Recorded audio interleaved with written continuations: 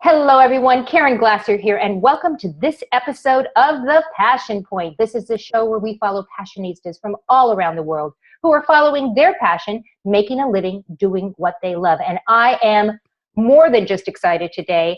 I have been waiting for this interview for quite a while, and we have the amazing Nicole Holland with us. She is the host of iTunes' new and Noteworthy podcast, which all by itself is really cool because a lot of people can't even get to that stage at all. It's called the Business Building Rockstars Show, and Nicole helps entrepreneurs build profitable online businesses that excite and inspire them. You can find Nicole wandering through the vineyards of Niagara, Ontario. I didn't know we had a Niagara there. We had one here. When not working with clients or creating killer content. She especially loves exploring old buildings or snuggling with her rescue cats. We have so much in common, Nicole. Welcome to the show.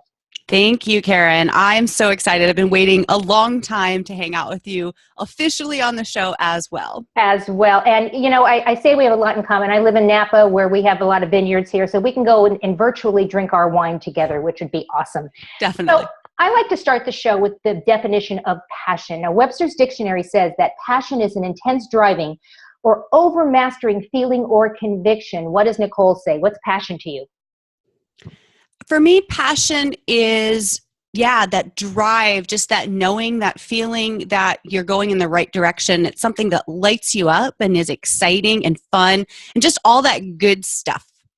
Yeah, and it's interesting, you know, there's so many ways to describe passion, but what it really comes down to, it for most people, and when they explain it, it comes from within. It gets you want to jump out of bed and do whatever it is that you're doing, even when you don't want to jump out of bed and do whatever you want to do. So let's talk about you, because this is a show about our passionistas. Tell us how you got to where you are today. Go as far back as you want. And tell us a little bit about your journey so that our viewers can see how you created this incredible industry for yourself. Tell us about yourself. Well, thanks for asking. And I'm not going to go very far back because of the short amount of time. I just launched the Business Building Rockstar brand about a year ago from now, when we're actually broadcasting this. So I had a background in corporate training, in marketing, and in coaching, but I had gotten way off path, and for lots of twists and turns took me to working for the government as a correctional officer. And so I did that. Wow. I know nobody could see you probably, but they're like, whoa, what? I had done foster care for a while, and then I wound up working also in youth justice. And then one thing led to another. I wound up working in the adult system with bad men, like murderers and rapists and just bad people. And I got to a really low point in my life, and I realized I just couldn't go on. And I didn't know what I was going to do. I just knew that I was not going to continue doing that. And so December 28th, 2014 was my official last day as an officer. And I quit, and I had no plan, and I had nothing, and I didn't have any connections or any knowledge of the online space. And so once I quit, I really started searching, desperately searching for the answer, right? For the direction of, okay, I've got all this knowledge and experience in the past. How can I apply it today? I had been out of business for over 10 years. So I thought, how can I build a business, start from scratch today using the web and leveraging, allowing myself to have that independent, location independent and all that good stuff, right? All that stuff that you dream about and you think, is it possible for me? Yes, it's possible for me. I'm going to go for it. And what I was finding was I found a lot of people who wanted to help me. So I thought. But the truth of the matter was they wanted me to pay them, and they didn't care about me. They didn't care about delivering on promises. And so I invested all over the place because, again, I'm in this desperate space of, okay, I just quit my job. I know I have the ability. I know I'm a smart girl. I know I can do this.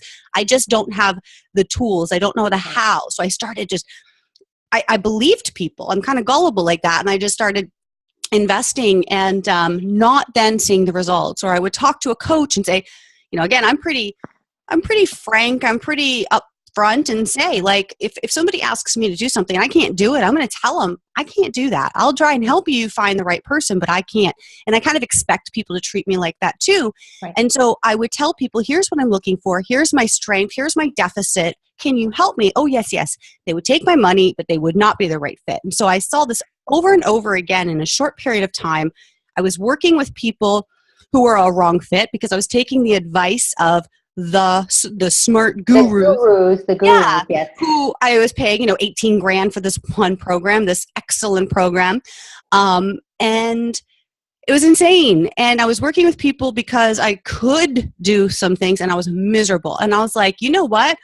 Bunk this. And this was I would say it was kind of crescendoing from about March 2015 till about June 2015, where I was just like, no more. I'm taking a stand. I think this is bullshit. I'm sick and tired of what's happening in this industry. I'm taking a stand against it. And what I wanted was a resource. I wanted people of integrity that would just say, here's a little bit of this. Here's a little bit of that. Here are all these options for you, Nicole. There's so many options. There is no right way. Right. Even though you're being told there's a right way, there's no right way. So here's a choice. Here's a choice. Here's a choice. So let's give you all these choices up front and let you make that informed decision. And that was the birth of the Business Building Rockstar Summit because I couldn't find it. That's awesome. That is awesome because I feel the same way you do. A lot of those gurus out there, and they're still out there. Trust me, they're still out there and they're still messing with people that are trying to do what you did, what I did, and they're taking money and people are going broke. And that's my soapbox. I mean, that is just, so I'm really glad that you took action. So tell us about the show. Tell us about what you decided to do. Yeah, awesome. So at that point, I'm just like assuming, I'm like, it's like we're talking and like, you know what I do, but I forgot. No, there's listeners here too. I have no idea. So what I decided was to create an online summit. And so for people who don't know what an online summit is, it's basically like a conference or a convention where there's lots of speakers, lots of people training and teaching about different aspects of a business or, in this case, business. But instead of having to go somewhere and, get a hotel and gas and flight and food and all that stuff, you can do it online from the comfort of your own home. And so I found out about Summit shortly before I quit my job. It was actually Marisa Murgatroyd's Superhero Summit that really gave me that push and belief that I could do it in this day and age, and that I quit my job from that. So I created the summit, the Business Building Rockstar Summit, where I brought together 30 experts on 30 different topics, business building topics. I interviewed them and recorded the interviews and broadcast them. And so the summit was free to attend. You could just give me your email address to register and you get this access. So that was the birth of the brand. And from there, I wanted to continue the conversation with people. So people got so much value from the summit itself and they learned so much, but then they're like, what next? Right. So I decided to create the Business Building Rockstars Show, which is the podcast you mentioned in the intro. And that's where the conversation continues. And you were on my show. I'm very glad to have you as well. I can't remember exactly if it's going to be before or after this airs that our interview on that goes. But in that show, in that podcast, it gets more intimate. So the Business Building Rockstar Summit is very topical. It's one expert per topic, and we talk about the nuts and bolts of how to, but we really don't get into the story of the person who's teaching. So I wanted to open that door a little bit more. And with the podcast, I interview entrepreneurs who are killing it in the field, who are people who I personally respect and admire. Mm-hmm. And I ask them about their own personal journey, their own story. And so that's the show. Now, the summit is an annual event, and just so happens that the next one is coming up very shortly. So November 1st to 10th this year is when it's running, and there are far more than 30 people this year. It's going to be awesome. And guys, I want to let you know that the link to the show is right below there. And even if you're watching this on replay and further on, you can still contact Nicole. So I just wanted to make sure you guys know, because you need to sign up for this. This is going to be awesome.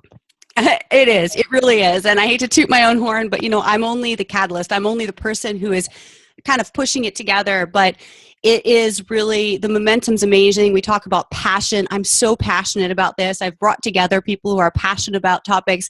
And it's a beautiful unfolding. And it is free to attend in like during the thing. So for people who are catching the replay, you can absolutely still catch up.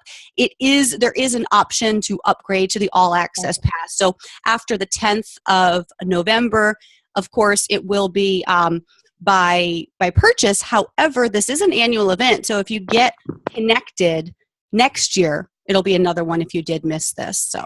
And you've got some amazing people that are participating in this. I mean, you have, in a very short amount of time, you were on iTunes, new and noteworthy, which is really hard to do with all the stuff that gets thrown out, on the wall. We throw it out, and some of it sticks, some of it doesn't.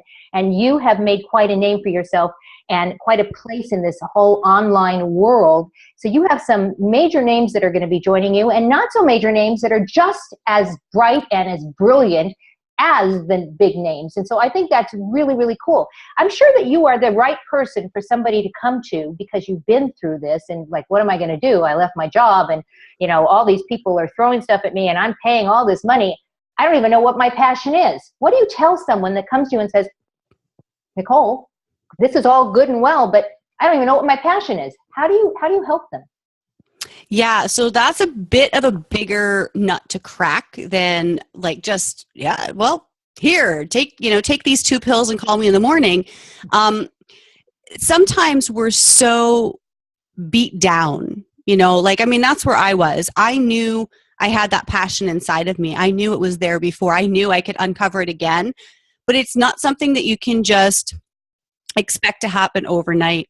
What I'm passionate about is helping people, essentially. And I think one of the ways that you can really tap into that passion is if you allow yourself to really explore when you were a child, before you learned all of the rules, what was possible, what wasn't, and you get really honest with yourself, and you check out, like, back then, what did you want to be when you grew up? And even if it was something that was impossible, there's a good chance, very good chance, that whatever it was, there was a thread of a trait that applies to something still. So even if it was something fantastical, like, Superwoman, there's something there. Again, maybe it's helping people. Maybe it's the desire to, and I don't really know Superwoman that well, so maybe that wasn't the best idea, but even somebody who was like, I want to be president, and maybe now you don't really want to be president, but maybe you want to fight for the rights and the betterment of a community, maybe community service, or there's so many different things that, anything, the world is your oyster, but really tapping into that little inner child and saying, what was it I really was excited about before I knew I wasn't supposed to be excited about it? I believe that we all come into this world. Everybody's got different beliefs, but I believe we all come into this world with that higher purpose or that mission, and we can either live it or ignore it. And most people in this world do ignore it. Yeah. And, but when you live it, you're unstoppable. So what do you say to people that have left their job, their 9 to 5, and they're a little bit older? They're not in their, their youth, even though I still think I'm in my youth and I'm a little bit older. But what do you tell people that, are now finding out that they have to now reinvent themselves or recreate themselves or do something, because instead of saying I'm unemployed, most people don't like to say that. They say they're an entrepreneur because somehow that makes it better in some way. And yet you and I both know being an entrepreneur is not the easiest job in the world, no matter what you're doing, because it's just you. It's just me, and we are working more hours than we ever worked 9 to 5. So how do you set an individual up to at least understand or have the expectation that it is going to take a lot of work, whatever it is that they're going to do, so that they can live the way they want to live later on in life? How do you even talk about this? Because people don't believe it. They just think, you're an entrepreneur, you can work whenever you want. Yeah, great question. And actually, that's a big part of my podcast is let's look behind closed doors, because it's not as simple as it appears. Every overnight success is years in the making. There's no such thing. People might say, oh my gosh, this happened so fast. You were unknown. You were a correctional officer. All of a sudden, you've got people like Dory Clark and Bob Berg, and you've got all these people who like you and who share your stuff, and you're getting featured here, you're getting this and that. It's like I put in a lot of work that other people aren't willing to. Yes. And again, I didn't start, I wasn't just a correctional officer. I was a correctional officer who started her career in sports marketing back in 1994. I was a correctional officer who previously had a corporate training firm of her own. I was a correctional officer who had a lot of different stuff, education-wise and experience-wise. So I wasn't just a correctional officer. There's never one thing you are. Your life is a compilation of experiences. And I don't know what I look like now. I mean, I've got purple hair. I don't know what people would peg me at, but I mean, I'm 40. So it's not like I'm just, happy-go-lucky and just getting lucky. I've had more of, and it's scary, to leave a quote unquote secure job, right, where you're going to get that paycheck, and to have no security. But I think one of the questions to ask is, what do you want your life to look like? I say congratulations. If somebody gets laid off, or it's funny because I have a client and he told me that he had gotten laid off some months ago, and my response was congratulations.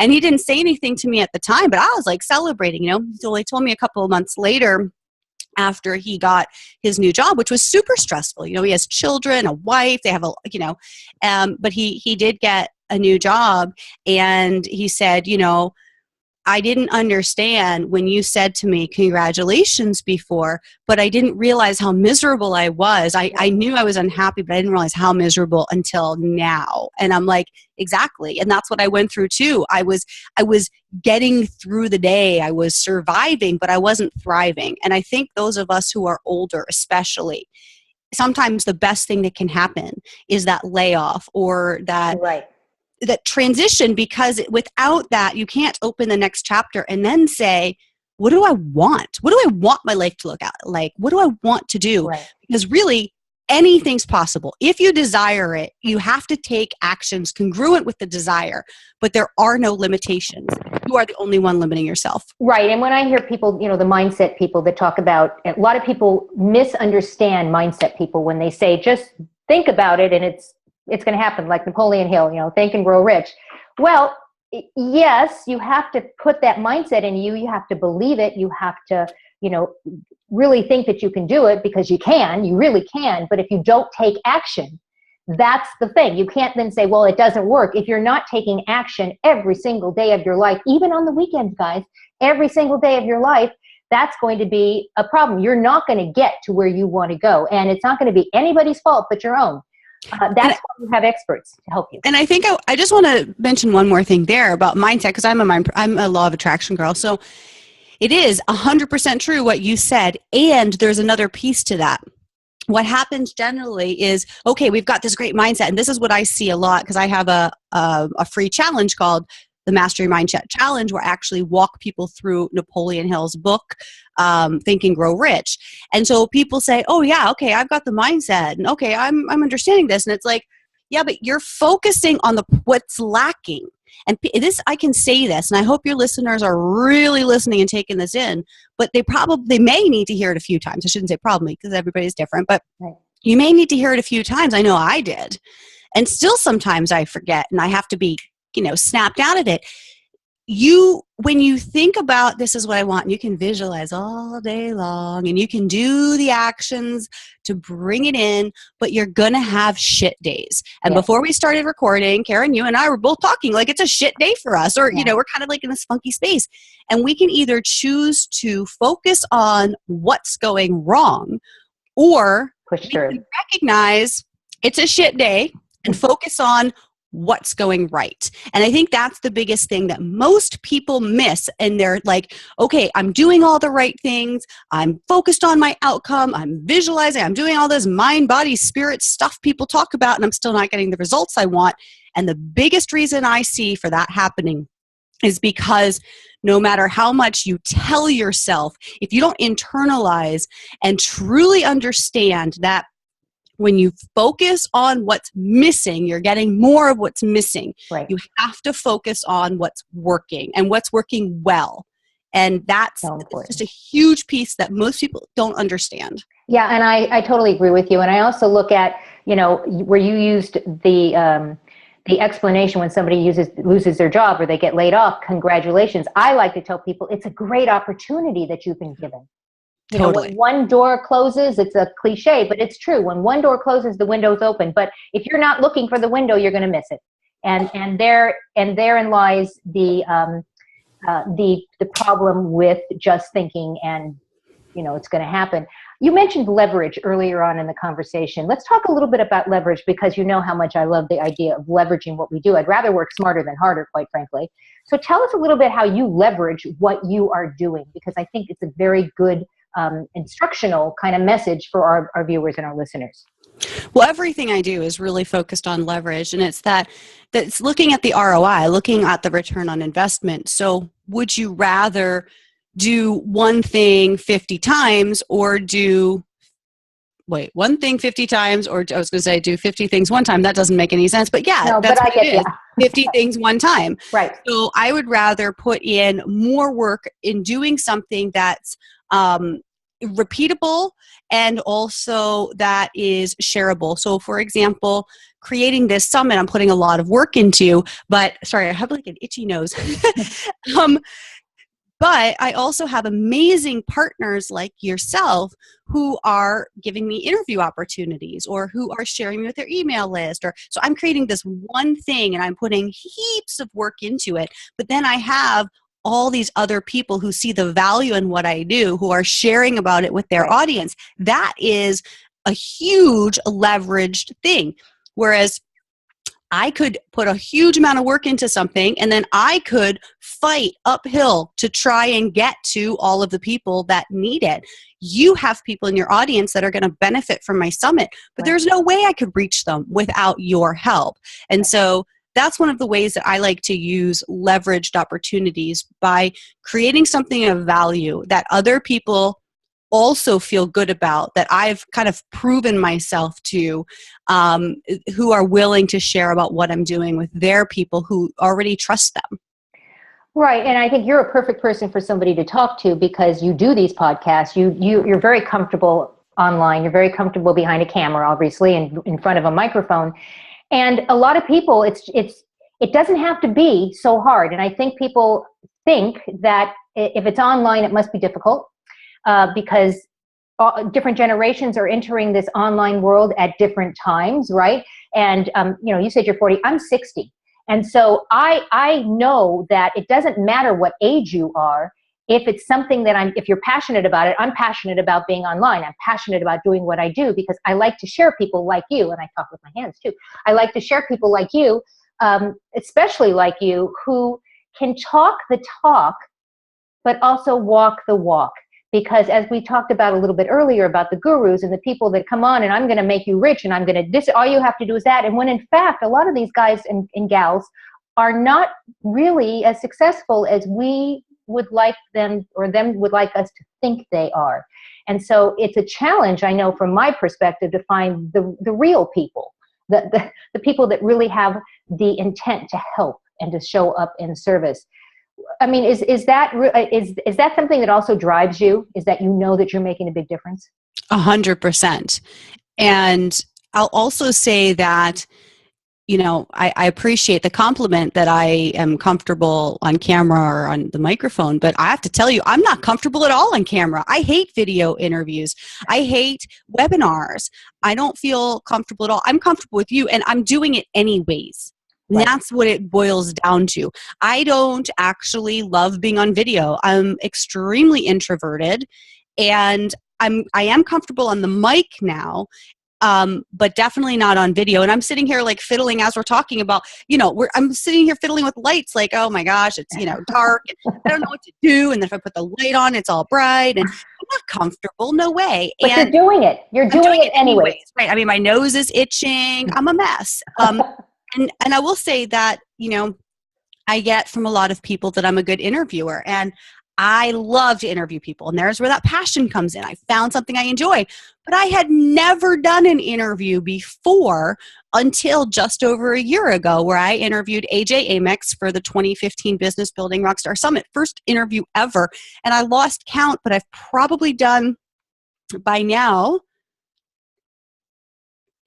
over 200 interviews. So Wow. just in a year. That's a lot. So when you make the decision that you're going to do something despite the discomfort, you do it and you get better. It's like riding a bike or anything else where you start out and you don't know what the heck you're doing. When I quit my job as an officer, I had zero social media understanding, zero online marketing. I knew nothing. So I've gone from no network, no resources, no nothing in less than 2 years to where I am now. And I'm pretty darn proud of that. But it definitely, again, it doesn't happen overnight, and it doesn't happen without a whole heck of a lot of hard work. And anybody at any age is capable of doing it. I agree. I 100% agree. And now you said you've done over 200 shows or thereabouts. These shows are on your podcast, and they can go over into iTunes or Stitcher or any one of the programs that you can get on your phone or even on your computer. And you can download and become a subscriber, so you get a message every time a new show goes out. And guys, I'm telling you, you got to do that. You're on my, whenever I'm driving, I can listen to you right while I'm driving. I mean, and that's the thing. Where there's a will, there's a way. And when you need to get information, you need to go to Nicole and some of the really great people that are out there, because she's going to help you on your way. I love quotes. Quotes are my favorite thing in the whole world. Sometimes I'll put in fact, I did a whole quote and a meme on the entrepreneur, how every day is different. Today I'm feeling great. Oh God, I'm going to go broke. Oh, the next day it's this. So it's funny that you said that. The quote for today is from a gentleman by the name of Travis McAshen. He's an entrepreneur and web strategist. And I love the quote. I don't know who he is, but I love the quote. Purpose may point you in the right direction, but it's passion that propels you. And I know you like that one. Do you have a favorite quote that you'd like to share with our audience? Sure. So there's a bunch. And one of the ones that really speaks to me is by Ralph Waldo Emerson. And it is, do not go where the path may lead. Go instead where there is no path and leave a trail. And I get all teary-eyed even saying I like that. Ooh. I love it. Leave a trail. I love that. So that people can find you and they can follow you and they can know that they can walk along the same path that you did. And that is awesome. Okay, so here's one of my fun questions. If you could spread passion dust on anyone in the world and hope to accomplish anything that you want to accomplish, it can be a group, it can be a person, who would you spread that passion dust on? Oh my goodness. I guess I should have been prepared for this question. I know, I didn't prepare you for that one. I wanted to kind of just throw it at you. Passion dust on anyone, anywhere. Your listeners, I like, that's what I'm so passionate about is entrepreneurs who are looking for those answers that I once was, and that I still am. I'm always looking for people who are of integrity, who are generous, who are giving, and who aren't in it to get, but they're in it to share value and to give. Yeah. That's a great answer. So do you have a song that you are passionate about? Is there a song that gets you up in the morning? No. No. No is fine.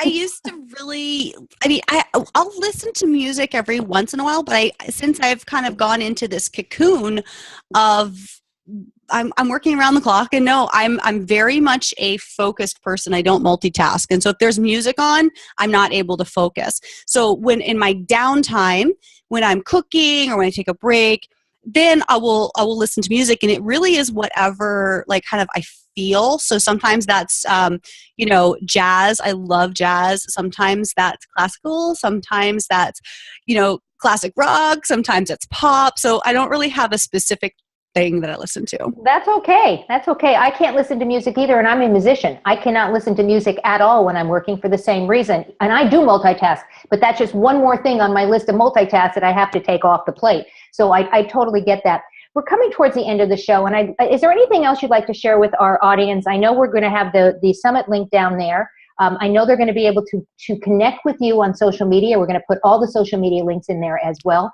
What else do you want to tell them if there's anything else? Just Thank you. I want to tell you thank you, Caren, for having me here. I want to tell your audience thank you for sticking with us and listening. And I want to just reiterate, find that passion. There's no right place to find it. There's no right way. But when you're intent on finding it, you will. And follow your passion and, go the path that is not already laid, and you leave a trail. Don't let anybody tell you it's possible for you. Just do you. I so agree. I want to thank you so much for being on the show. I know you're crazy busy right now getting ready for your summit. And again, I'm going to say it again, click the link and join.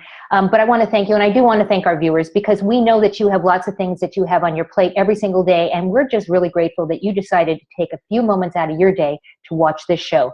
And so, as I always say, go out and give somebody an awesome day. And we'll see you next time on the next episode of The Passion Point. Goodbye, everyone.